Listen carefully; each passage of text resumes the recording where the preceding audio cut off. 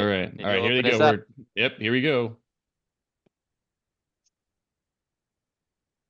Uh, Got the deck.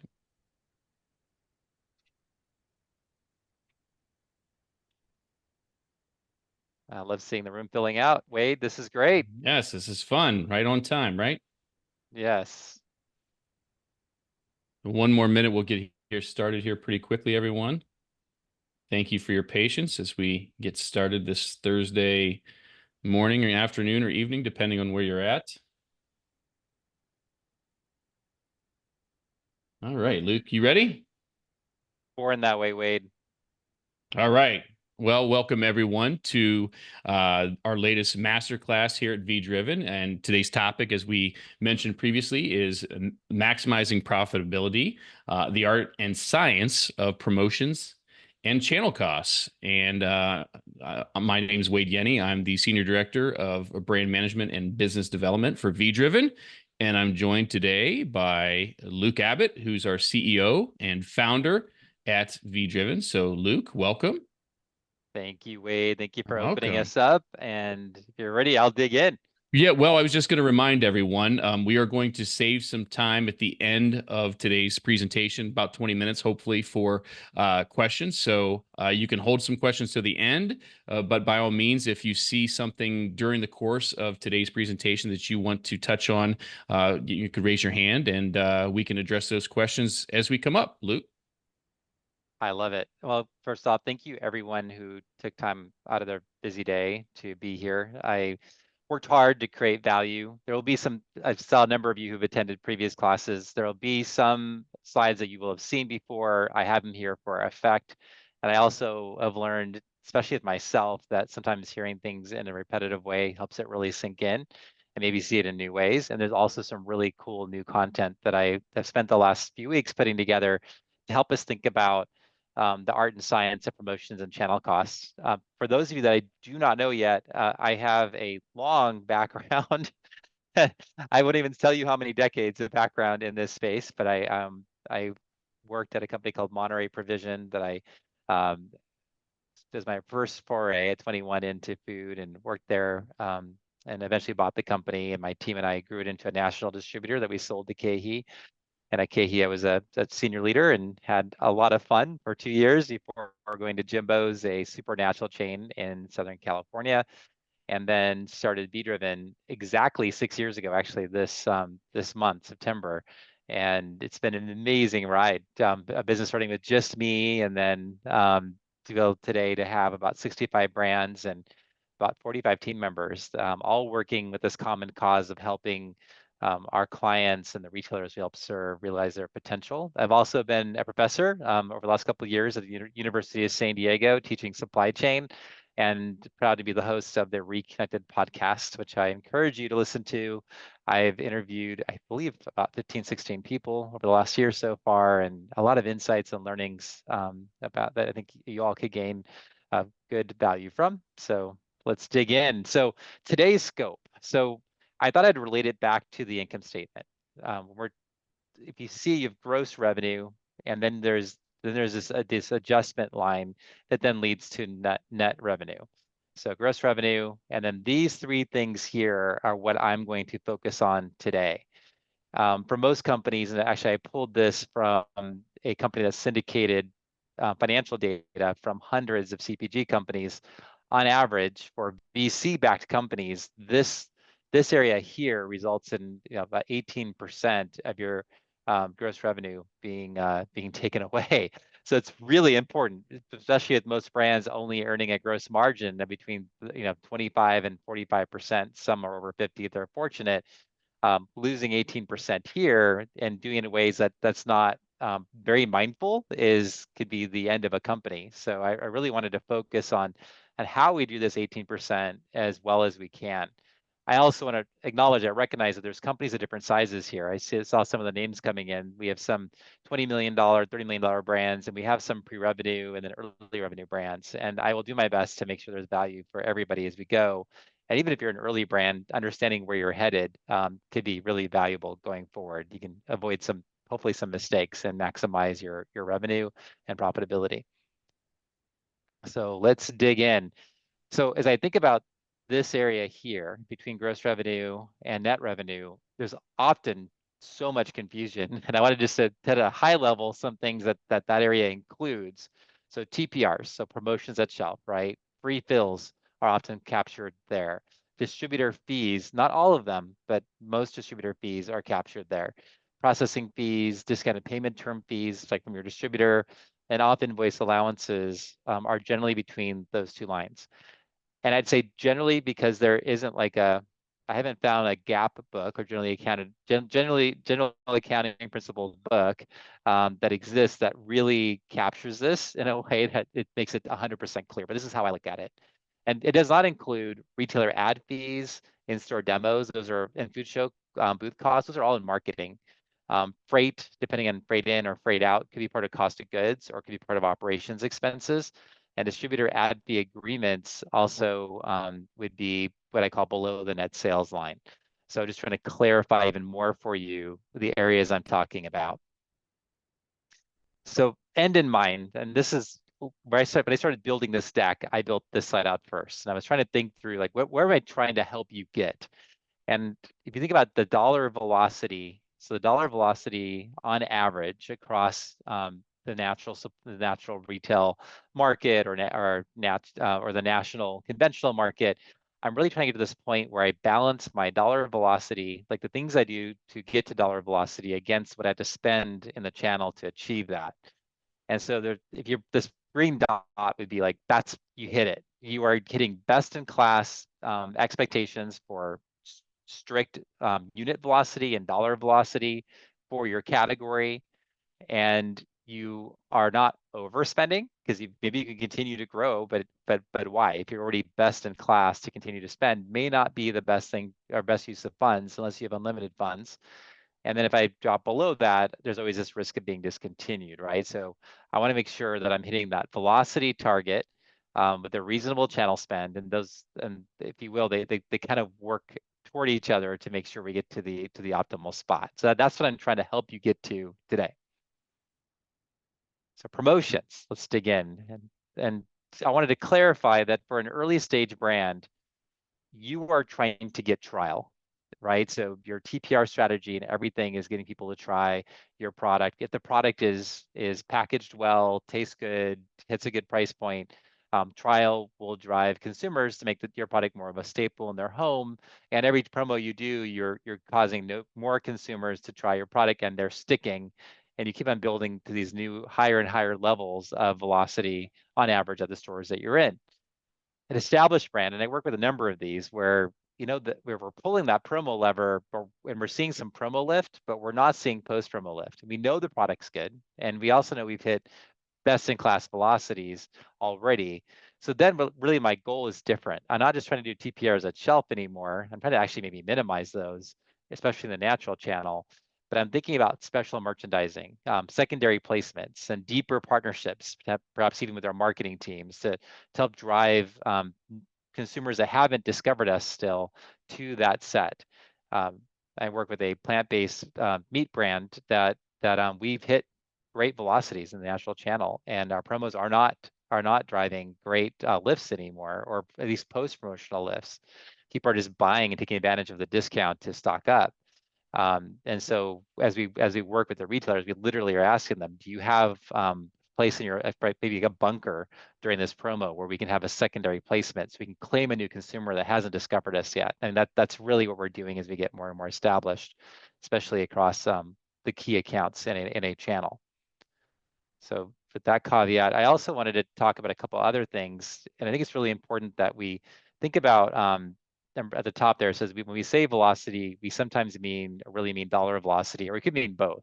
I was talking to Wade about this before the presentation today, and if I think about like what most category managers, and not all, are held accountable to, is growing their category comp sales. Comp sales are year over year for the same week or for the same month or year over year. And they're also charged with maintaining and or growing a target gross margin percentage for their category. So when we understand that, understand their goals, we can understand how to please them and make them want to keep our product on shelf and ideally expand. And we'll dig into more of that as we go. And I just wanted to make the point on dollar velocity. I had ChatGPT create two different SKUs. One has an SRP of $4.99, and the other is almost the same size, but it's $7.99. And the $4.99 SKU is moving at 4 units per SKU per store per week. The other one is at 3 units per SKU per store per week.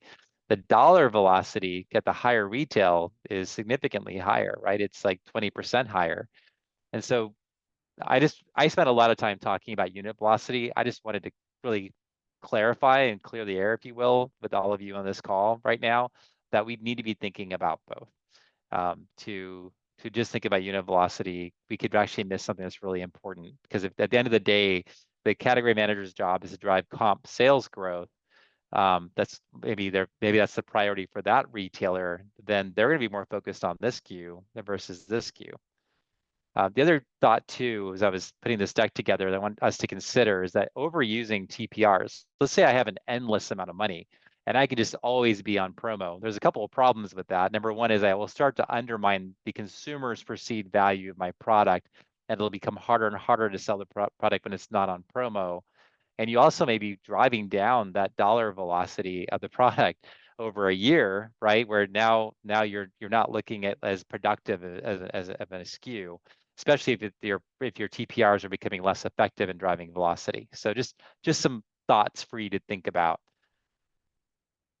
And then those of you who have seen me present before, I have presented, this is my most beautiful graph ever. This is the example of a brand that started out between 10 and 20,000 units per week.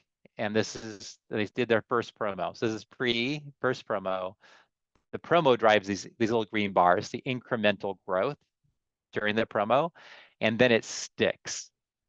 This is the most beautiful graph in the world, right? And then you can see that while we started around maybe 15,000, maybe 17,000 average, over this, looks like about a year period, we get it up to about, in this promo here, almost to 70,000, right? So this is effective. This is a younger brand, right? This would not be a mature brand where you're already at the mature velocity. This brand is moving toward mature velocity.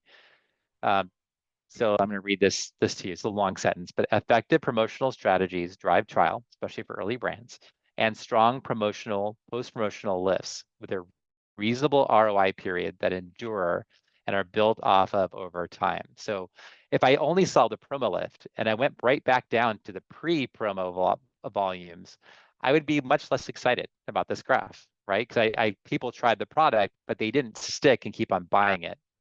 In this case, I proved that at least at a promo price, the consumer is willing to buy it, and it drove incremental growth that was sustainable and that it built off of over this year. So just wanted to really kind of anchor us here before I get a little bit deeper. So TPR strategies to maximize your ROI. Those of you who've heard me before, I talk about this all the time. When launching, avoid doing a promo month one, unless you have to do the 15% opening DC. When you're opening a distribution center with KeHE and Unify, you're often asked to do 15% OI for 2 months. And what many people don't know is that you don't need to have that 15% be inapplicable during the first month.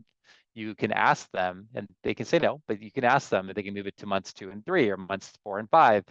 Usually within 6 months, the first 6 months is when that has to happen. So just be aware that you can ask for that change, but usually doing a promo month one doesn't move the needle. There's so much happening in the supply chain and merchandising and getting it on shelf. I like to promote the second month on shelf.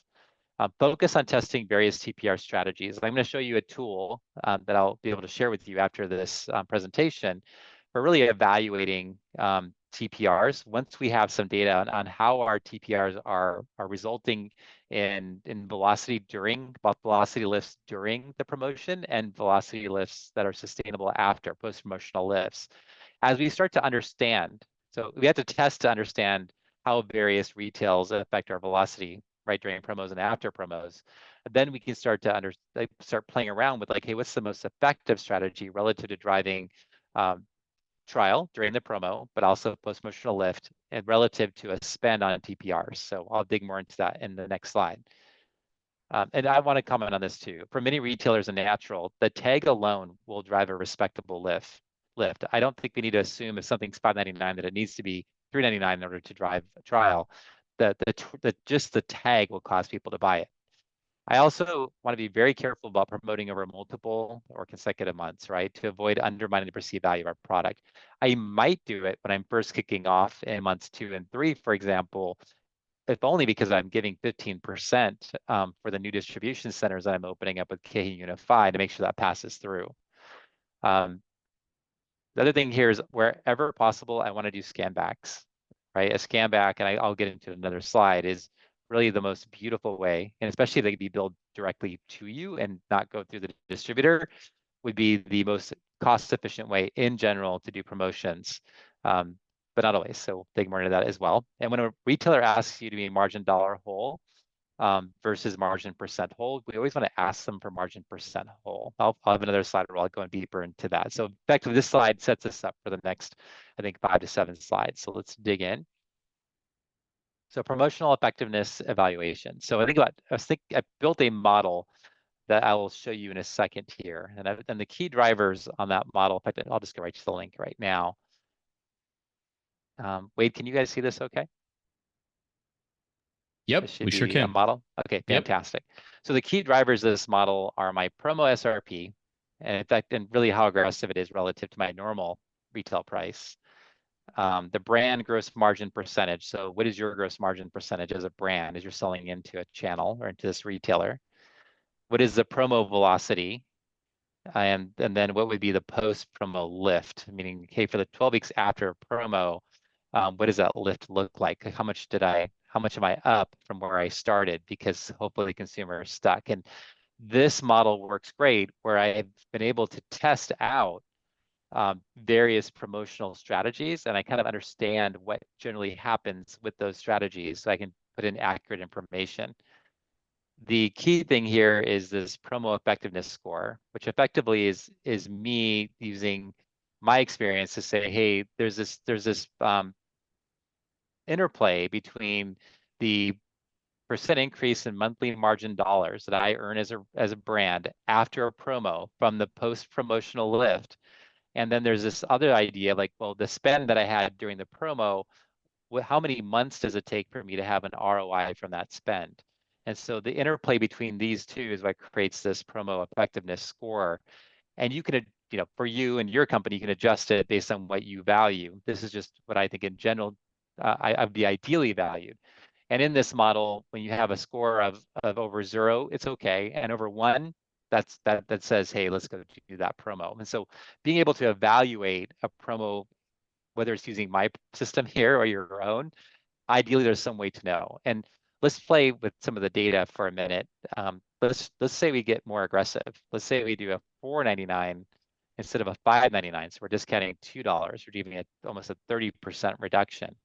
And you can see here that if there was no difference in the promotional lift, I've now dropped a lot in terms of this score, right? The score ideally is above 0, or my mind must be above 0 before me to say yes, and ideally is above 1. So when I have $5.99 here, it's over 2, right? So this extra dollar really had a major effect, and I'll show you where the effect was. It's probably right here in this ROI area. So the ROI right now is basically less than a month. A quarter of the way through the month, you would have earned it back, your spend during the promo. In this one, it now takes 5 months. The extra dollar promo costs me many months of ROI. So where I can make up for that is if it actually drove more of a promotional lift. So let's say I go from 4.5 to 9 during the promo, 9 units per SKU per store per week. Let's bump that up to 11. And then let's say the post promo lift now ends up being 20. Okay, so that would work, right? So I go back, I'm above 1. It's not quite as good for me because the score I think was above 2 when I was at $5.99 and didn't have quite the same level of lift. But this allows you to play around and to see, oh, okay, like this could work. And let's play a little bit more. Let's say the other thing too, let's say we're at $5.99 and the promotional lift, let's say it was only 8 and the post promo lift was 15%. Okay, so now I'm at 1.92, But let's say I have not really optimized my gross margin percent, and my gross margin percent is lower than this 42% here. And then that drops down maybe to 30. You can see it's still over 1. I would still do it, but it really dramatically changes the effectiveness of that promo relative to this idea of the post-promo lift right here and how many months it takes me to break even, 3.4 months. And if my margin drops even lower, you can see I now drop below 1. If I drop to 20% gross margin, I wouldn't do the promo. Yeah, it's going to be 7 months to get my money back, which is too long for the amount of money I had to spend. So many brands are around 40%. And this is anything else you want to play with. Yeah, maybe another area would be, hey, maybe during the promo, it doesn't really go up as much. Maybe it's like 6.5.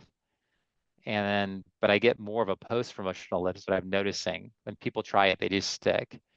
Now I'm back above 2. So we need some way, right, to evaluate if what we're doing makes sense or not. And this is a tool that we use to do that. And again, it works best when we have an idea of how promotions affect our velocity.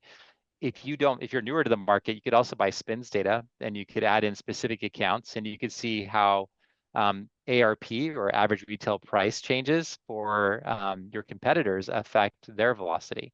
So that would be another way to approach it if you're too new to have data. At the very least, working with someone like a Vdriven or with your broker, they should be able to help you estimate what these numbers are, and then at least you have some quasi-objective way to determine whether you're going to say yes to a promo or how aggressive you want to be. So So let me Luke, go. Luke, while you're on this slide, since Yeah. we're catering to and working with so many emerging brands, and the expectations in this channel typically is minimally a promotion a quarter. Yep. You could do the math pretty quick and guess about months to achieve that break even Great ROI. question. But Yep. what would be the ideal scenario? Because knowing that you have to do a promotion a quarter, what would be the ideal break even scenario to balance to keep things moving the way you want to from a brand perspective? Yeah. So in the natural channel, like I said earlier, great question, Wade. We're going to get some lift even by having the tag. And I would, as an emerging younger brand, I would try out the minimum allowance allowed, or the minimum reduction. So in this case, at 699 to 599 is 14%, right? Typically 15% would be minimum, and some do require 20%. So if I could do 15% and I could achieve these results, and assuming I have a 40% gross margin, and I could, really increase my promotional lift is about 45%, which feels very respectable. And if I could achieve a post promo lift of like 15, I think you're still good. Yeah, this would be like ideal for an emerging brand that's being really careful with spend. I think what to look at too is during that promo month, Wade, this under this scenario, you reduced your margin dollars by $10,000, right? But your increase in monthly gross margin dollars afterwards is 47.62. So I lost it, but I get it back pretty quick, right? And I think that's what I'm trying to do is not have a promotion where I have a very, very long payback period. For example, let's say an emerging brand, and yeah, I got people to try it, but they didn't really like it, so they're not coming back. And I only have a 5% post promo lift. This is where you really get hosed, right? I gave up $10,000 in margin, and I'm only going to get an increase at 1,500. It takes almost 7 months to get that back. And this is why, at Vdriven, we really recommend that brands try working at first maybe in a region and with more friendly, smaller number of unit retailers, so we can really hone in on this and make sure that we, figure out our promotional strategy, understand it, understand about promotional lifts and post-promotional lifts, get things right, like our retail and our packaging, to make sure we're on track. Does that answer your question, Wade?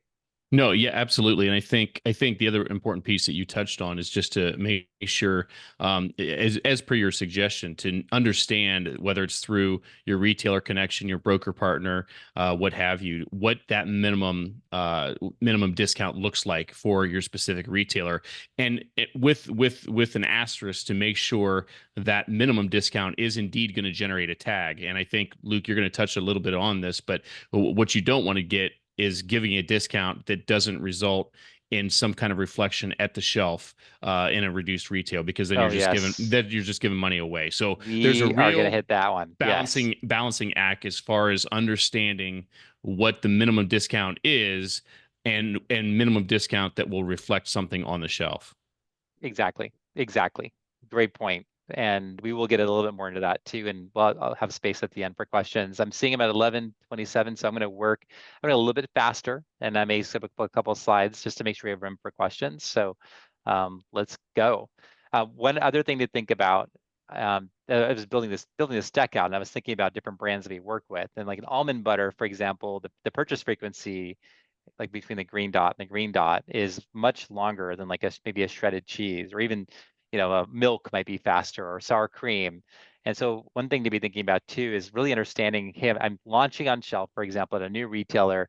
I get on shelf here, I do my first promotion here. This is the blue bar over the number of 4 weeks. And then I go off promotion, and ideally I get my consumer also getting used to paying my normal price, right? If I did too long of a promotion here, then basically the consumers can just always buy it on promo, and they stop appreciating the value of my product. The shredded cheese, I would probably want to do shorter promotions, so I don't get into a situation where the consumer every 2 weeks is buying the product on promotion. So just during the promotion period. So this idea of, like, if I maybe to explain it a different way, when I'm launching a brand at a retail, a key retail like Sprouts or Whole Foods, I'm very mindful of, okay, month one, I'm getting on shelf. Month two, I promote. If it's something that people buy every week is the goal, I'm going to promote maybe month one for 2 weeks. For example, Whole Foods, I can do 2 week promotions. Sprouts, you only need to do a whole month. So I'll do 2 weeks, and then I'll do 2 weeks off, and then I'll go 2 weeks on, and then 2 weeks off. But if I did the whole month, that first month, then that's right, that's month two where I do my first promo, then the consumer's only buying the product on promo, and they're really getting used to that promo price as being the value that product is. So just something to be really mindful of, and I don't have space to go too much deeper into it, but it does vary by brand. This is what Wade was getting to, and so pardon my directness in terms of the difference between OIs, MCBs, and scanbacks, but I wanted to um, at least cover this briefly. If my goal is to give $1 off for 1 month of an everyday SRP item that's normally $5.99, I could, one way to do that is a 15% OI. And in that situation, the distributor is receiving that op invoice usually for a period of 5 to 6 weeks, and they're passing it on to the retailers for a period of 4 weeks. The distributor, as most of you have figured out, will buy, especially for a shelf stable product, 2, 3, 4 months of the product, so they can do what I call scooping. And here's my little ice cream scoop. So in this case, the distributor scoops. The retailers can scoop as well. Some retailers will get the discount from the distributor, but won't even put a shelf tag up. There's no TPR really being passed on to the consumer. And that's a problem, right? And so I think OIs can be helpful in certain circumstances, but when I'm working with brands, we really try to avoid the OIs as much as possible, especially for early stage brands. It's just really hard to get the value from it. And the consumer certainly gets the dollar off from some retailers. Some will get maybe 50 cents off if the retailer passes part of the deal on, and others will pass nothing. The retailer does not pass any of the promo on, and the consumer gets nothing. So in this case, the distributor and the retailer effectively are able to scoop. In an MCB, instead of being a green X here, I put a gray X. In an MCB situation, the distributor tries to penalize you in a way because you're not doing the OI. Well, okay, I'll do MCBs instead, and I can be more targeted with MCBs to make sure I'm getting it to actual retailers that will actually reflect it off shelf. It's not just going to everybody. In that case, the distributor pays the normal price, but the penalty is what they charge you. And the way this works for some distributors is that instead of, let's say you're giving 15% and you're in an OI and your goal is to give some of that to Sprouts, the way that's billed back to you is not at the markup that Sprouts pays, but really 15% off of the highest list price that nobody pays.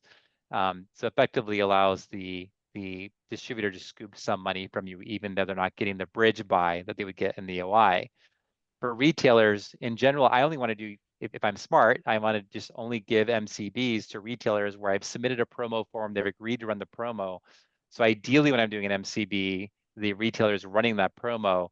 And the retailer could actually buy an extra product, and they could bridge buy, if you think about it, and buy more than they need that last week of the promo, so they could scoop from you and not pass that on to the retailer. In this case, the consumer generally would get the dollar off. The scan back, which is my favorite, in that case, the distributor pays the normal price, and then there's maybe a processing fee. There's a processing fee that goes through a major distributor for the scan back. The retailer gets reimbursed only for the actual product scanned through the register. So there's no bridge buying in that situation by the distributor or the retailer. You as the manufacturer are only paying for a product that actually scanned through the register, and that's what you want.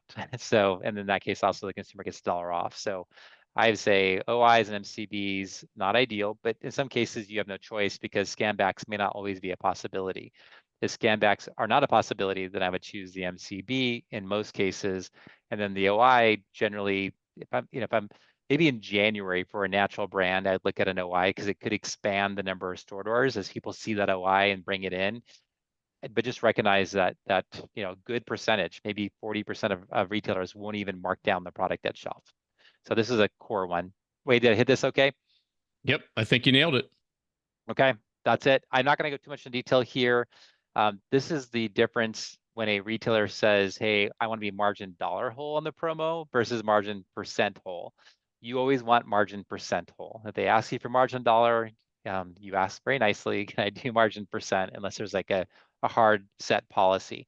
To get $1 off, I think this is $1 off. You have to get $1 off in a margin percent whole. In this situation, cost me 58 cents. Where they want to be margin dollar whole, it costs me $1. So it's much more expensive. That's just something to be aware of. Okay, case study. This is a case study I presented before, and I put it in here because I met with the category manager who gave me the idea for this week. And we had a great conversation about it. And I showed him these slides, and he was like, wow, like I want to show this to all of the brands, especially the emerging brands, so they understand what's going on. I'm not going to go through these two slides in detail.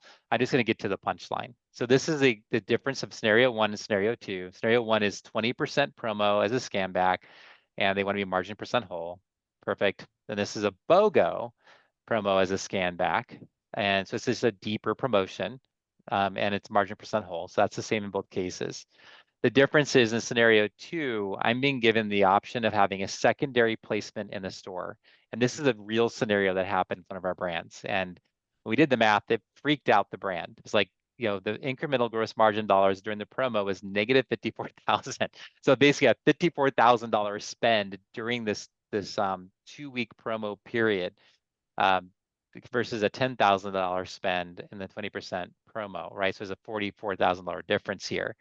The magic is that in the bunker, we would meet new consumers that we would not otherwise have met, that now become enamored with our brand and continue to buy.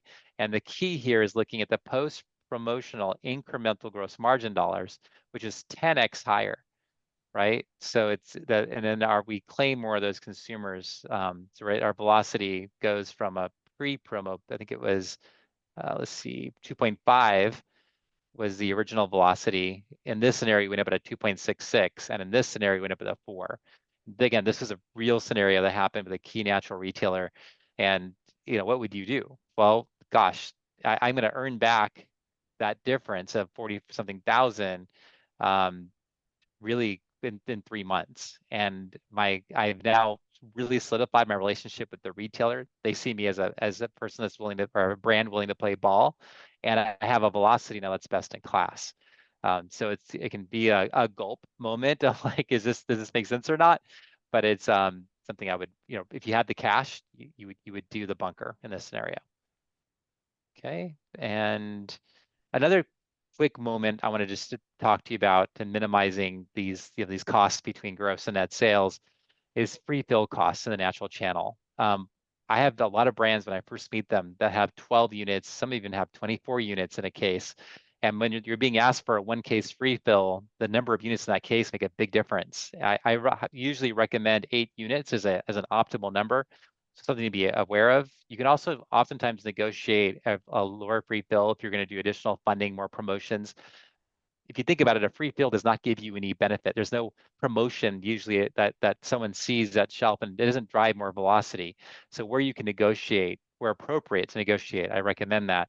And then if you're a smaller brand, I've often asked category managers and been able to get, instead of a full case, a half case, or even a quarter case, or no free fill. It's worth asking, again, where appropriate. And then this one I want to try. I was thinking about it over the last week. Why not ask, instead of doing a free fill through the distributor, which is usually marked up 40% before it's deducted to you, why not ask for just a lump sum, almost like scan back deduction from the retailer, just a lump sum, whatever that dollar amount equals, to come back through the distributor or even directly to me, could be a way of saving a good amount of money on a free fill. So hopefully that helps you. I'm going to go very briefly here because I want to make sure I end in the next 3 minutes, leave room for questions. So I'm just going to go right into them instead of describing them. One thing to be really aware of, 2% 10 terms, that's a big part of that 16% that kind of hits you between gross and net sales. Where you can negotiate out of that, great. Often in the past, that had been negotiable with KeHE Unify. It's less negotiable now. The more commodity and maybe fresh your product is, the higher probability you would have of winning that discussion. But I want to make sure everybody understands here. Do not expect to receive a check in 10 days, especially if it's FOB, your dock that you're operating on with the national distributors. It will take weeks for the product to get through their supply chain. And the terms of their agreement is that they will pay you 10 days, sometimes even more than that, after it arrives and is put away at the final warehouse. So in general, we're seeing the national distributors with 2% terms paying between 28 and 35 days. And they still take that discount because they've earned it technically from their contracts. Another area, ship not receive, is the number one area that we see brands getting hosed on in deductions. And so if you're trying to manage those costs down, be hyper aware of if you're FOB, your dock, and the large distributors picking up, get pictures of the product on the pallet in the truck with the driver, and make sure that BOL is signed. But just know that the way that it is set up, the BOL is not the controlling document on what you'll be paid off of. You agreed when you signed the agreement with the large distributors that you would pay what they actually receive or what they find in their warehouse once the product gets there.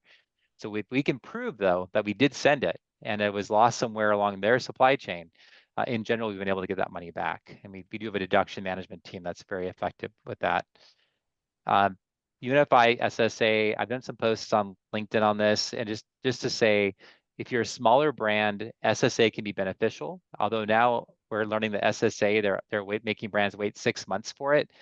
So I think the key here would be you probably, where possible, need to do a ad contract that reduces the fees for getting into into distribution centers of large distributors until you can move to SSA.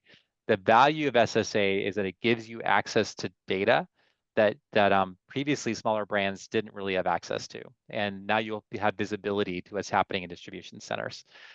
So just know it's coming if you haven't dealt with this yet, and in general, it's okay. But at some point, there's a question of whether, once you're SSA, whether you'd still want to do an ad contract or not, because effectively the fees that are reduced under the ad contract, I believe, are eliminated under SSA with Unify. And let's see, that's a simple one. Do not short your distributor. A lot of brands I work with, they're like, oh, I can't ship, so I just shorted them. It's really important that if you can't ship a PO on time or in full, that you communicate with your buyer and you ask for that PO to be revised. If you do not, you will get a deduction with larger distributors. And I'll skip that for right now. And the last tip before we end here is rationalize every inbound PO, and that helps you avoid dispositions and spoils. I've had so many brands where they got a massive PO from a large distributor. They are all excited. They work overtime. They get the product out, and it was a mistake. Especially with SSA, now with Unify, where you have access to what's happening in their DCs, and KeHE always gave you access to KeHE Connect. You should be looking at what you know is happening in the market. Is there a new retailer coming on board? Great. It makes sense that there's an increase in the order. If there's not, and you're seeing things that don't make sense, it's really important that you talk to the buyer, or you will end up with many times you'll end up with massive deductions. So that is it. A little bit longer than I expected, but I hope I created some value for you. And Wade, if you want to take over with any questions Sure, that sure. already And I come do. out, that'd be great. Yep, absolutely. I know we have one in the chat. And before I jump to that, I'll let you take a breath and maybe get a drink real quick. And you can see on your screen here now that if you'd like to talk to the team here at Vdriven, myself, you can scan the barcode, the QR code here, and it'll take you to our site where you can put in your information, and we'll get you set up to talk to us about your business and how we might be able to help you. So, Luke, we got our first question here from Gray, and he says, you mentioned a 16% between gross and net sales. Is the 16% typically the target rate for trade when using a distributor? Yeah, great question. And I would say 16% is if you're doing it well, in my experience. And for highly um, for highly cutting edge brands that are VC backed, I've seen as high as 24%. But 16% is generally what I would consider sustainable in retail, especially retail natural.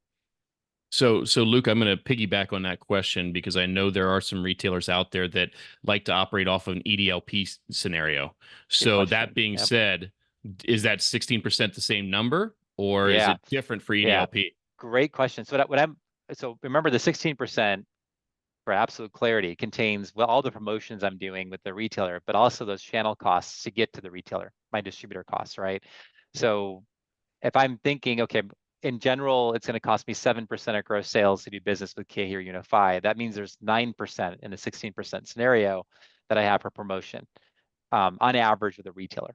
So if I have a retailer that says, hey, I want to do an EDLP, theoretically, I could give them a 9% EDLP every day, right? And not give them anything else. And I should end up the same as if I had done, for example, 4 promos, which is generally what leads, at 15 to 20% off, which leads to that 16%, gross number. I know that's complicated the way I explained it, but it's yes, in general, I use the 9% number in that scenario as like what I would be comfortable doing an EDLP on. Excellent, excellent. We have another question from Michael. Have you all seen success in EDLCs being exchanged for promo? And I think Mhm. I'll let you Depends. answer that, Luke, as far as and I could piggyback if need be. Yeah, no, I would say it really depends on the retailer. There are certain retailers that are like a Wegmans, for example, is an EDLC every day, but you can still promote, and so it's kind of confusing. But then there are others that are more high-low, and if it's high-low, being an EDLC may not cause that consumer to be responsive. A good example for me is outside of natural and conventionals, Publix, is that Publix has trained their consumers on these BOGOs, right? And so they work. I wouldn't even think about a BOGO for a new brand in general, because like why would I want two of something I never tried? But Publix trained their consumers on BOGOs, right? So it's really retailer specific. And I'd love to have your thought on this too. No, I think I was just going to say the exact same thing. It's retailer specific, and I think about how they go to market with their promotions. I think that's the part that whether you're utilizing a partner like Vdriven or someone else to understand how your retailers go to market and what their preferred methods of promotion are. And Luke's point there with regards to Publix was spot on.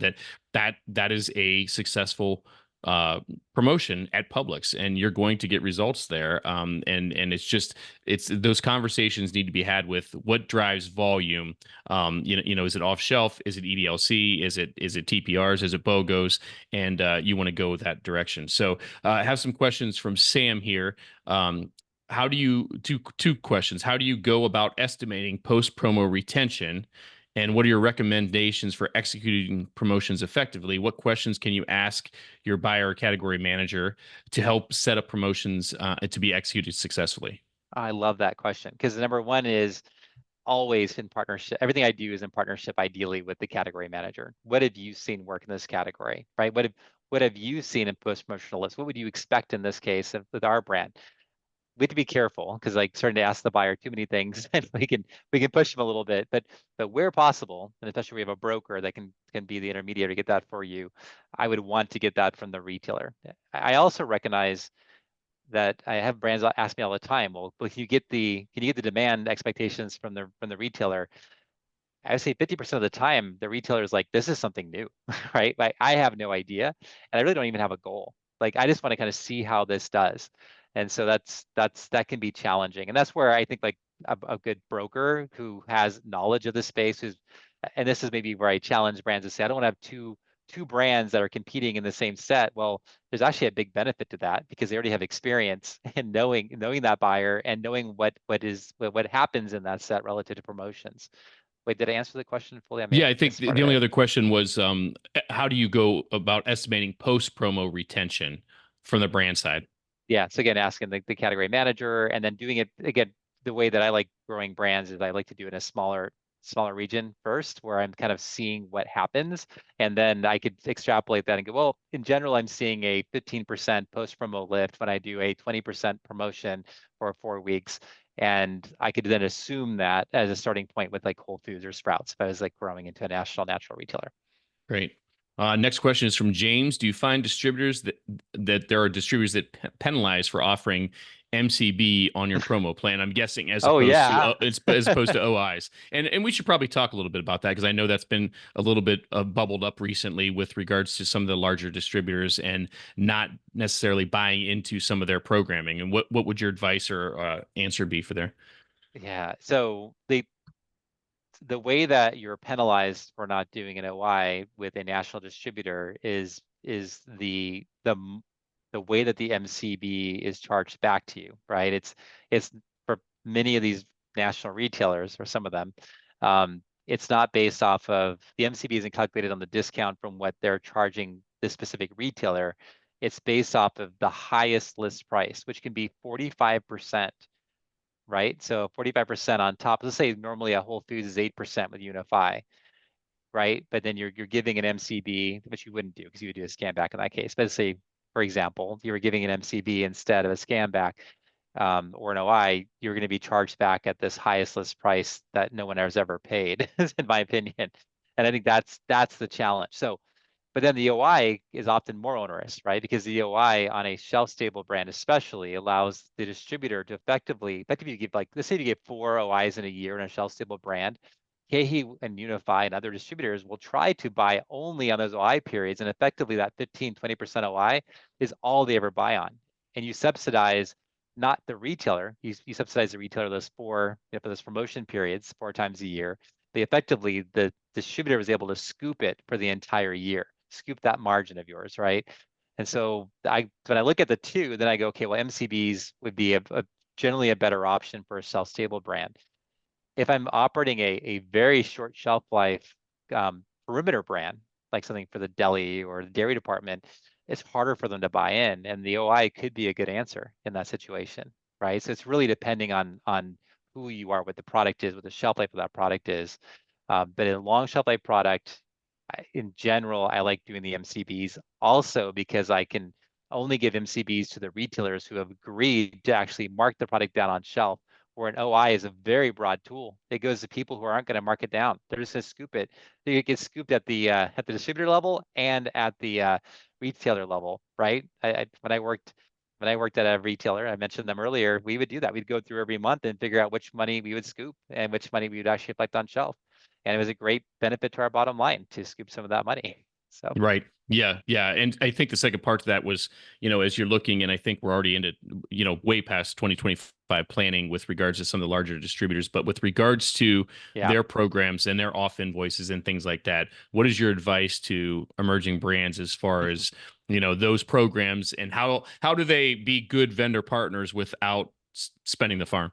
It's really hard. So I would say to be remembering that it costs like 12%, for example, to operate Unify, and their program to Whole Foods is 8% or less. They lose money, right? These large distributors lose money on their biggest retailers. We have to show up in some way as a partner to help them be profitable, but not make too much off of our back is our goal, right? We want to be really smart about that. So I would say what feels fair to me for an emerging brand is to commit to one OI. And I like doing it during January, especially if it's a brand that really fits that new year, new you. Because I am going to expand the number of retailers who carry my product. I would not do more than one if I could at all avoid it. And the way to avoid it is by not trying to launch into a national distributor without a key retailer to anchor your business, not independent, but like a Sprouts or a Whole Foods or a Fresh Time or a Fresh Market. You need that in order to be able to have any leg to stand on. Because if you think about Sprouts, for example, the contract they have with KeHE has to carry a product that Sprouts wants, right? You have a leg to stand on. An independent doesn't work that way. There's no requirement that KeHE or Unify carry the product for you. Right. Excellent. Excellent. I have a question or comment from Scott. Great webinar and info. Will a replay be available? And I think Luke, you can share how we go about the replays. Typically, they're Mhm. uploaded Yep, on and a link will be YouTube sent out at a later date, right? I mean, it's not a immediate. week, It's a week, a yeah. week from now. A link will be sent out, so you'll have that to watch.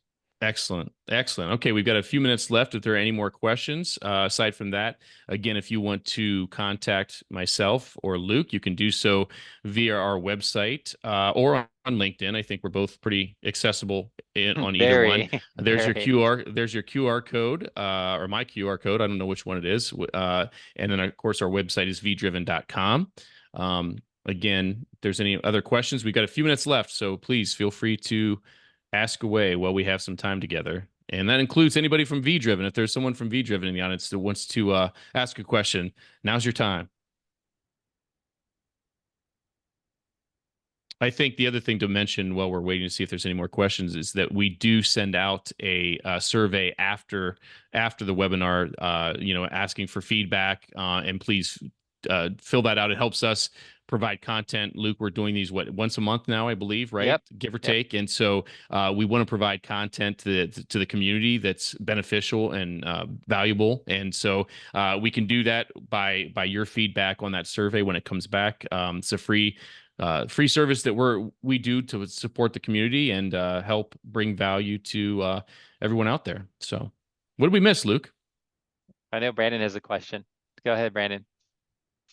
He's muted. You're muted. No, that was really good. Very thorough. I think the only thing I would say is this year starting has been the most aggressive I've seen KeHE with small brands in making them commit to OIs and marketing campaigns.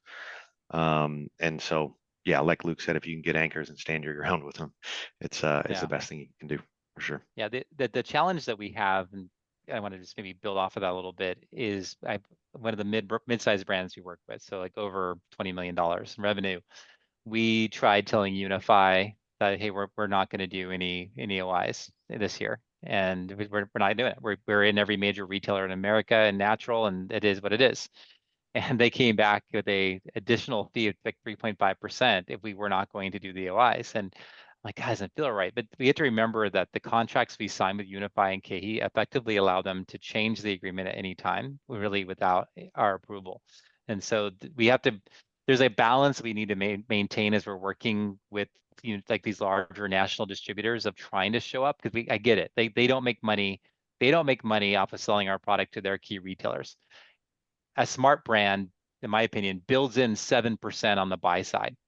So I just build in the 7%, manage to that. It might involve an OI, it might involve some things, but if you try not to show up at all for these distributors, they just don't make money off of you. And then it does become more of a very cantankerous relationship that doesn't really benefit you. Yeah, you can push it. And yes, Sprouts demanded the product. Yeah, yes, Whole Foods did, but there's a balance to that. You don't want to be pulling that card every time. Excellent. Okay, just a few minutes left.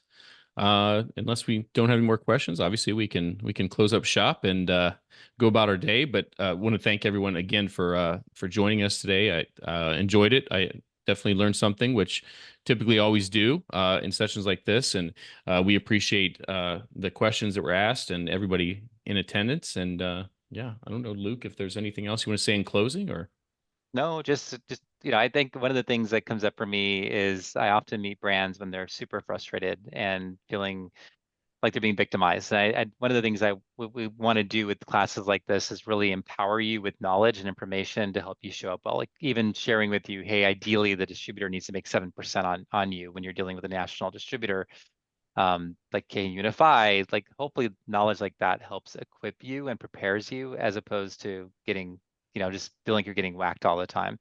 And then I think the last thing I would say is, we do have deduction management services and we don't charge a lot for it. And I would recommend anyone who's not, whether it's us or somebody else in the space that is deduction management, that is like the one thing you need to do.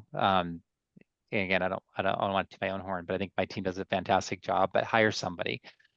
Because it's so complex, it's constantly changing. And we have found, not because anyone's trying to steal, but that 10% of deductions, just because of how complex they are tend to be erroneous. And so it just really behooves you to be on top of that. So I think that's my last parting thought for today.